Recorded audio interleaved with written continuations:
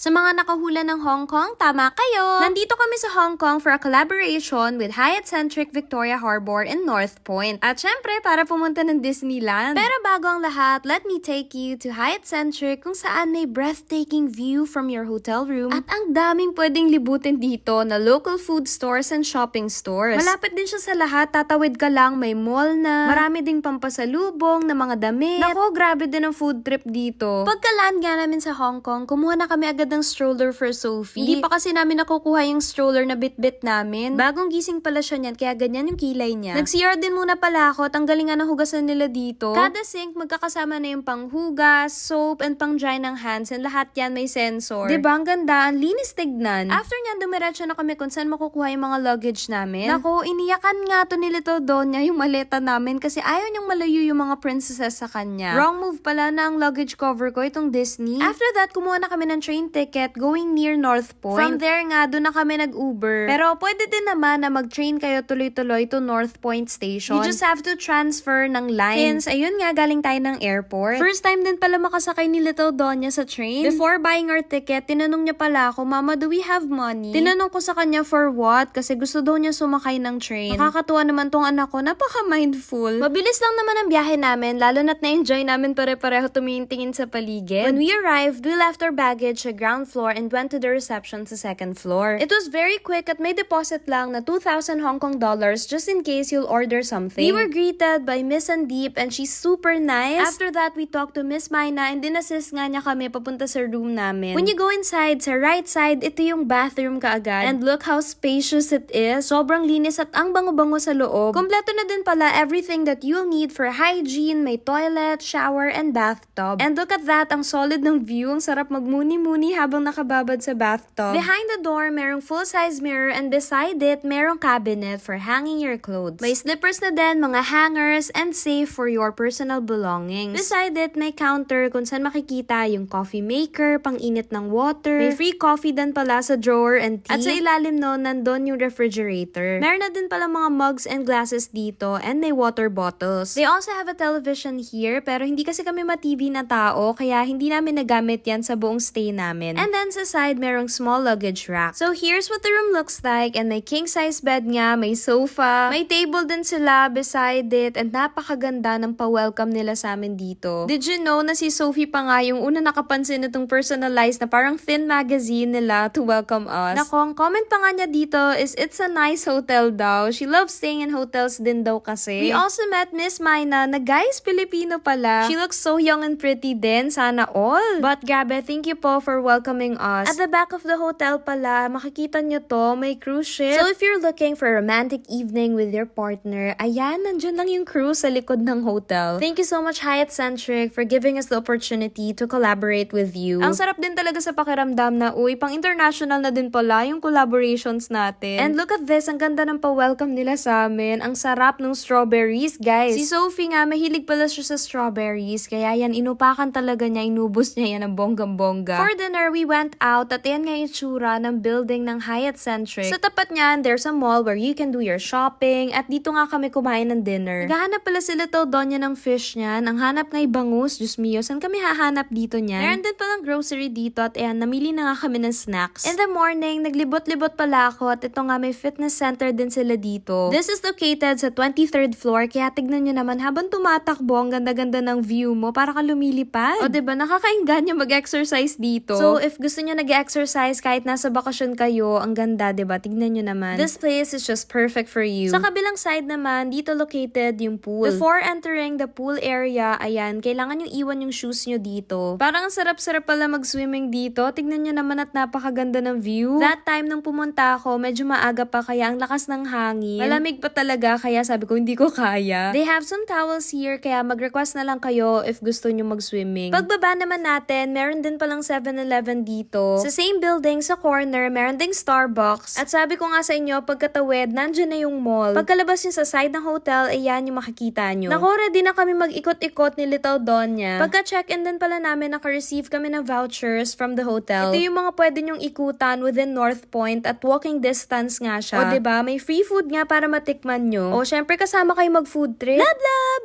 Warning, nakakagutom tong mini vlog na to. Food trip tayo! Naka-check-in kami sa Hyatt-centric Victoria Harbour, Hong Kong, located sa North Point. At kung napanood nyo na yung previous mini vlog ko na room tour and hotel tour, na-mention ko doon na ang daming local food stores, shopping stores, mall, at restaurant sa area na to. Sulit na sulit talaga kung magfo-food trip kayo, plus ang ganda ng view. Samahan nyo muna ako mag-breakfast bago tayo lumabas. Personally, mahilig talaga ako mag-breakfast, lalo na kung ganito yung mga pagkain. I want a heavy one, especially kapag nagta-travel kami, kasi alam kong kakailanganin ko to para madaming energy, diba? Here at Hyatt-centric, they have a lot of options from pastries to yogurts, fruits, may cereals din, iba't ibang klase ng juice. Naku, at syempre, sa V-Fam Coffee is Life talaga. May teas din, at ito na nga yung mains natin. At in fairness, talagang ang sarap ng breakfast nila dito, guys. Kayo ba, mahilig din ba kayo mag-breakfast? Or ako lang ba? As in, ako kasi gusto ko talaga, busog ako pag breakfast. Sa mga nakita niyong pagkain so far, alin kaya dito yung pinakagusto ninyo? After nitong breakfast, gusto namin lumabas kasi para tumingin sa mga stores to shop. Syempre, 'di ba, gusto natin yung murang bilihan na sulit talaga. Good thing nga din, may binigay si Hyatt-centric na mga food vouchers upon checking in para naman matry natin yung mga local food din nila dito. Nakakatuwa din nga kasi may mini map, o 'di ba, hindi ka maliligaw. Ayan, nag-prepare na nga ako ng mga gamit namin, kahit na ba walking distance lang, 'di ba? Syempre, kailangan kumpleto pa din yung gamit ni Sophie in case may bigla kaming kailanganin. Ay nako, ganun talaga kapag magulang ka na, 'di ba? Hey! It's Sophie's outfit. Hi! So cute! Oh, come on, let's go! Paglabas natin sa side ng hotel, ito yung makikita nyo. Tatawid ka lang, may mall na kaagad, 'di ba? Grabe talaga, sobrang ganda ng location nito. Tapos ang ganda ng view, 'di ba? Nasa tabing dagat. So ayan, nilagpasan na nga namin yung mall dahil sa kabilang side ng street naman, dito na located yung mga local shopping stores. Ang sulit pala mamili dito kasi mura talaga siya. Tapos ang ganda ng quality. Meron din pala ditong bilihan ng vegetables sa daanan namin. Tapos ayan, may mga shoes. Tapos since naglamig na nga ngayon dito, yan, puro jacket. May language barrier lang talaga, pero nakatulong talaga yung map na binigay ni Hyatt-centric. Nako, ito nga si Sophie, F na F yung pagiging navigator daw niya. Kinukulit ako, mama, can I see the map? Can I see the map? O, diba, san ka pa? Sa langit tatampunta namin ang taas ng turo. After pala namin mamili, ito yung una namin pinuntahan. Taho kayo dyan. So, yan yung itsura nung binibili namin. As in, taho talaga siya. Medyo na-confuse lang kami sa dapat namin ilagay. Nakakatawa nga so, feeling ko may syrup pa to, pero eto, sugar yung nilagay lang namin. Pero kakaiba yung sugar nila dito, tas ang sarap din in fairness ha. Si Loli nga, ang bilis na ubos nung kanya, nagustuhan niya, o diba? Nag-ikot-ikot pa kami niyan, tapos nag-late lunch na kami dito sa Steak Art. Nasa likod pala yan ng mall. Tapos sa side pala niyan, may terminal ng bus. First time kasi makakita ni Sophie ng dalawa yung layer ng bus. Nako, amazed na amazed siya. So, eto pala yung mga in-order namin kasi si Sophie, pasta is life talaga. For Loli, ito, nag-salad siya. And mahilig din pala siya sa risotto. For Daddy B, aba,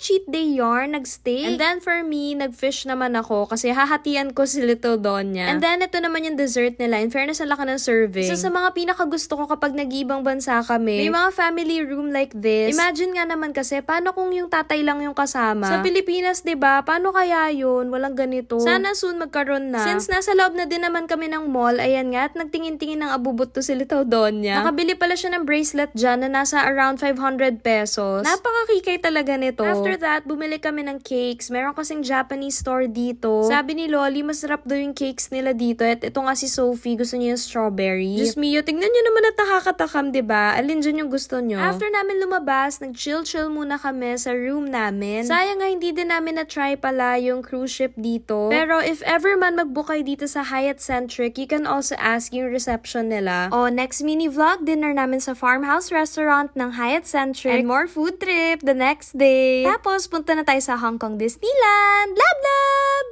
Samahan niyo kami mag-dinner sa The Farmhouse ng Hyatt-centric Victoria Harbour in Hong Kong. Same floor with the reception, nandito yung The Farmhouse. Dito din pala yung breakfast, pero pag dinner, nako, ibang usapan ng food dito. O, diba? Walang katapusang food trip. From starters to their mains at hanggang desserts, it was so good. By the way, solid. Yung ice cream nilang sarap-sarap. I also love that they have so many seafood options dahil ako ay seafood girl. And may I say, ang tatamis ng laman ng seafood nila dito. Yung salmon, the lobster, ay OMG, yung crab, grabe talaga. Ang sarap din ng sashimi, syempre hindi ko pinalampas yan, favorite yarn. We also got a voucher for their surf and turf burger, kaso ang haba talaga ng pila, sin pinipilahan siya. I think may lobster kasi siyang kasama. So ayan, alam na, may babalikan kami dito. Oh my gosh, look at that. So meron din silang food for the kids, may nuggets at yan, mashed potato with broccoli and mac and cheese. Tapos yan may mini burger, the kids corner. And speaking of for kids, meron pala sila ditong kids club. So alam naman natin ng kids ay hindi talaga super lakas kumain, so para meron silang activity. While everyone's dining, ayan, ang daming pwedeng gawin. Aside sa seafood pala, mahilig din ako sa noodles. Naku, hirap na hirap talaga ako mamili kapag may ramen. Yung gusto mo mag white rice tapos may ramen. Order na ako at nag-share kami ni Little Donya dito. After ko mag-shoot, ayan, si Daddy B naman ang kumuha ng food niya. For dessert, meron silang iba't ibang flavor ng cookies and breads, pastries. May pa-cake pop pa nga, yummers. Ito si Daddy B, mahilig yan sa egg tart. And ito din, oh, looks delicious. Actually, ang dami pang options for desserts. Grabe, the dinner was so good. And the next morning, and bumalik ulit kami sa farmhouse kasi dito ulit kami magbe-breakfast. And this is our last day here. Ito pala yung food ni Little Donya. Naku, gustong gusto niya to as in. Actually, talagang originally for Daddy B yan. Pero ayan o, kinuha na nga ni Little Donya. Nagpahinga lang kami sa room and after a while, lumabas kami ulit ni Daddy B. Gusto ko kasi magtingin-tingin pa before leaving. Sayang din pala hindi kami nakasakay dito sa 2 layer ng bus. Before kasi nung nagpunta kaming Hong Kong, sumakay na kami dito ni Daddy B. Sayang, di na-experience ni Sophie. Ang haba pala ng pila sa store na to. Kaya ayan, binidyohan ko. Nakakatuwa din na meron pa silang new stand dito. Sa Pilipinas kasi parang wala na ako nakikita. Gusto ko masubukan itong egg waffle. At finally, nakita na nga namin. Medyo malayong lakaran pala, pero kayang-kaya naman. May sign na ganyan sa corner. Kala namin yung corner na store ito. Hindi pala, yung katabi nun, ayan, ganyan yung tsura niya guys para mahanap nyo. At madali naman siyang makita din. Mukhang sikat na sikat talaga siya kasi tignan nyo, daming pictures ng mga, I think, artists dito sa Hong Kong. Buti nga din at nakapila na kami kaagad kasi after namin, grabe, humaba talaga yung pila. As in parang, wow, what's happening to the world? Ganon. Once pala bumili kayo nito, make sure na kainin nyo na kaagad kasi ang sarap niya kapag mainit. Nako, sa wakas natikman ko na din to. Thanks to Hyatt Centric kasi yung binigay nila na map sa amin, yun talaga yung naging guide namin. And syempre, slight tanong-tanong na din at yun yung pinapakita namin lagi. Tutuwa talaga ako pag sa ibang bansa nakakita ko ng mga ganito, yung stroller na kaiwan sa labas. It shows na alam mo yun, safe yung lugar, walang kukuha. Meron pa nga kami nakita dito, may dog sa loob, nagpapahinga lang siya. Next namin pinuntahan, itong herbal tea. Na-curious nga ako kung ano kayang lasa nito. Pag sinabi kasing herbal, diba, parang ala baka hindi masarap. Pero guys, grabe, ang sarap. Tapos malamig pa niyan, tapos mainit yung tea. Na-shock nga ako niyan sa unang tikim ko kasi hindi ko talaga na-expect na ang sarap niya. Very tasty. Hindi ko alam lang though kung anong klaseng tea ba talaga to. So, ayan, make sure na huwag niyong palalampasin kapag napunta kayo dito sa North Point. Make sure madaanan niyo tong store na to. So, as I've mentioned, it's our last day here at Hyatt Centric. We really had a great stay at grabe yung warm welcome talaga nila sa amin. But it's time to move on sa next adventure natin. O, samahan niyo kami sa Disneyland. Ay, sus, at nagnap pala si Sophie at pagkagising nga niya, nasa Disneyland na siya. Nakita niya kasi malalaking pictures nila Mickey Mouse. Kaya napatayo siya kaagad. O, next part, adventure namin sa Disneyland. Love, love!